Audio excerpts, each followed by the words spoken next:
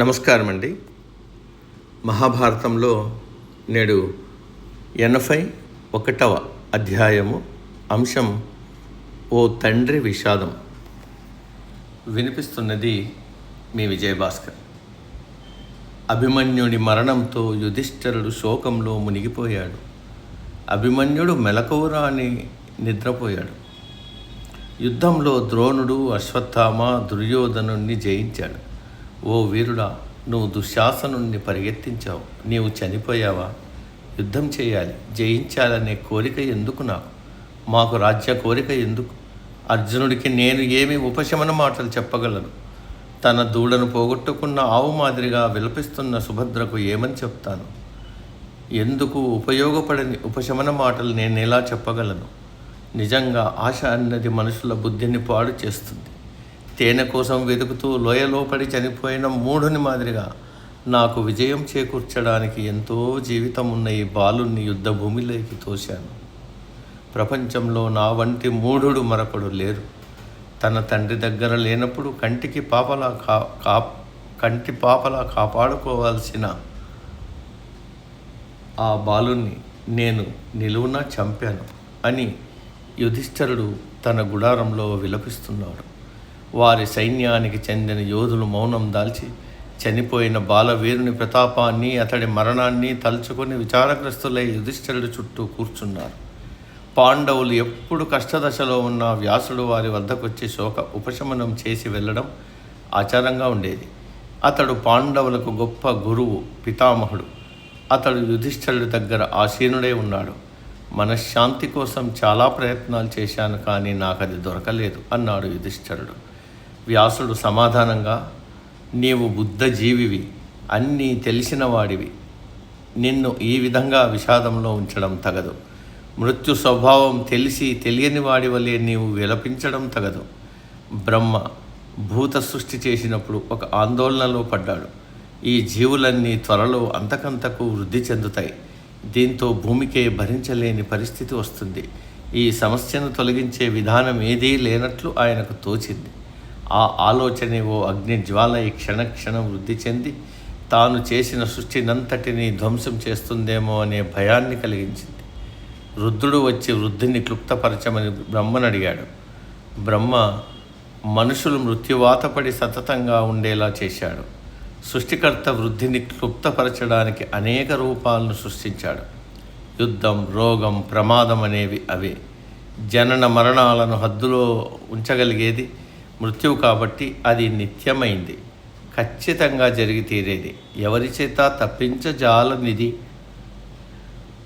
అని ఒక నిబంధన పెట్టాడు. అది ప్రపంచం మంచి కోసమే పెట్టాడు. మృత్యువు విషయమై చికాకు పడటం, ఆగ్రహం వ్యక్తం చేయడం, తీరని విషాదాన్ని చెందడం అనేది నిజమైన జ్ఞానం కాదు. మరణించిన వారి గురించి హద్దుమీరి విలపించడం తగదు. ఇలాంటి పరిస్థితుల్లో నిశ్చయంగా బతికున్న వారి గురించి విచారించడమే సమంజసం అంటూ ఉపశమన వాక్యాలు పలికి వ్యాసుడు అదృశ్యమయ్యాడు. అర్జునుడు, శ్రీకృష్ణుడు సంసప్తకులను ఓడించి చంపిన తరువాత ఇద్దరూ తమ గుడారానికి వస్తున్నారు. అర్జునుడు కృష్ణుణ్ణి ఉద్దేశించి, కృష్ణ, కారణం ఏమిటో కానీ నా మనసు ఏమీ బాగోలేదు. నా నాలుక ఎండిపోతుంది. నా హృదయం ఏదో గొప్ప అపప్రదను సూచిస్తోంది. యుధిష్ఠిరుడికి ఏమైనా ప్రమాదం జరిగిందేమో అని ఆందోళనగా ఉంది. ఏదో నన్ను భయభ్రాంతుణ్ణి చేస్తోంది కృష్ణ అన్నాడు.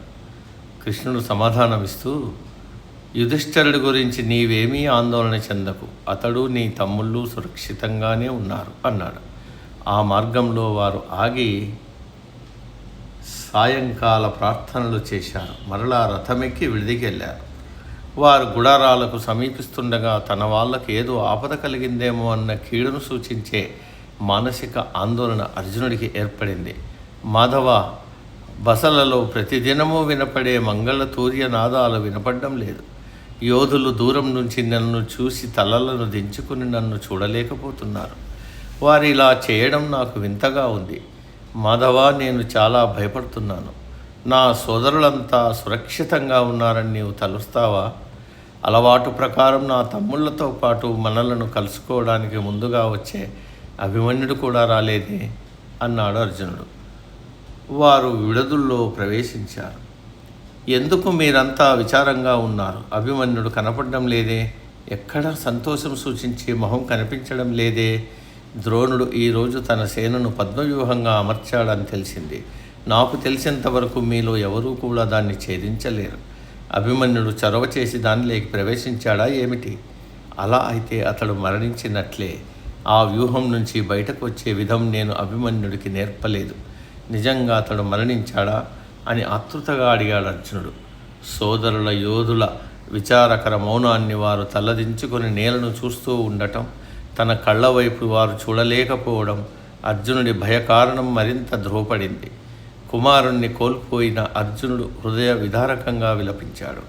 అయ్యో నా కుమారా, నీవు నిజంగా యముడికి అతిథివయ్యావా? యుధిష్ఠిరుడు, భీముడు, దుష్టద్యుమ్నుడు, సాత్యకి వంటి వీరులంతా నిన్ను శత్రువులు చంపడానికి వదిలేశారా? అయ్యో, సుభద్రను ఎలా ఓదార్చాను? ద్రౌపదికి ఏమని చెప్పను? ఉత్తరకు ఓదార్పు ఎవరు చేస్తారు అంటూ తీవ్ర విచారంలో మునిగిపోయాడు అర్జునుడు. శ్రీకృష్ణుడు అందుకుని, ప్రియార్జున, ఇలా విషాదానికి తావీయకు. క్షత్రియ వంశ సంజాతులు మీరు. ఆయుధాలతోనే జీవనం చేస్తూ ఆయుధాలతోనే చచ్చేవాళ్ళం. ఆయుధాలు ధరించే వృత్తి కలిగి యుద్ధానికి వెళ్ళి తిరిగి రాబోము అనే దృఢ సంకల్పం కల వాళ్లకు మృత్యువు ఎల్లప్పుడూ సహాయుడే. వీరుడు చిన్న వయసులో ఉన్నప్పటికీ మరణించడానికి సిద్ధంగా ఉండాలి. అభిమన్యుడు చిన్నవాడైన యుద్ధంలో ఆరితేరిన వయోవృద్ధులు ఆశించే స్వర్గలోకాలను పొందినవాడు. అభిమన్యుడు మృతి నిశ్చయంగా క్షత్రియులందరికీ నియమించబడిందే, కోరదగిందే ఉంది. నీవు ఇలా విషాదంలో మునిగిపోతే నీ అన్నదమ్ములు, ఇతర రాజులు ధైర్యాన్ని కోల్పోతారు. విచారాన్ని ఆపు, ఇతరుల హృదయాల్లో ధైర్యాన్ని నింపు అంటూ అన్వయించాడు. ధైర్యవంతుడైన తన కుమారుని మరణం గురించిన వివరాలను తెలియజేయవలసిందిగా అర్జునుడు కోరాడు. యుధిష్ఠిరుడు, శత్రువ్యూహాన్ని ఛేదించమని నేనే ప్రోద్బలం చేశాను. మా అందరిలోనూ అతడే ఈ పని చేయగలడని నాకు తెలుసు. పద్మవ్యూహాన్ని ఛేదించు, నీ వెంటే మేమందరం వస్తాం. ఈ గొప్ప కార్యం నీవు చేస్తే నీ తండ్రి మేనమామ కూడా సంతోషించగలరని నేను అన్నాను. అలాగే అభిమన్యుడు ద్రోణుడి వ్యూహాన్ని ఛేదించి లోనికి వెళ్ళాడు. మేము అనుకున్నట్లుగా అందరం అభిమన్యుడి వెనకే ఉన్నాం. ఆ క్షణాన దుర్మార్గుడైన జయద్రథుడు వచ్చి మమ్మల్ని వ్యూహంలోనికి వెళ్ళనివ్వకుండా నిలువరించాడు.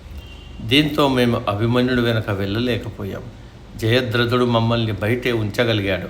ఆ తరువాత క్షత్రియులకు సిగ్గుచేటుగా అతిరథ మహారథులైన వీరుల గుంపు అభిమన్యుని చుట్టుముట్టి చంపారు అని చెప్పాడు.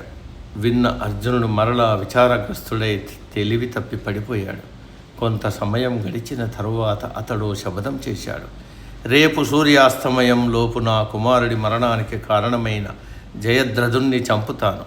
ద్రోణుడు కానీ కృపుడు కానీ అతడికి నాకు మధ్య వస్తే వారిని కూడా చంపుతానంటూ అర్జునుడు గాంధీవ గుణధ్వని చేశాడు. కృష్ణుడు పాంచజన్యం ఊదాడు.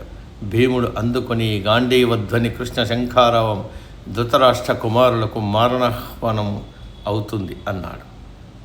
నేటికి సమాప్తం. సర్వే జన సుఖినో భవంతు.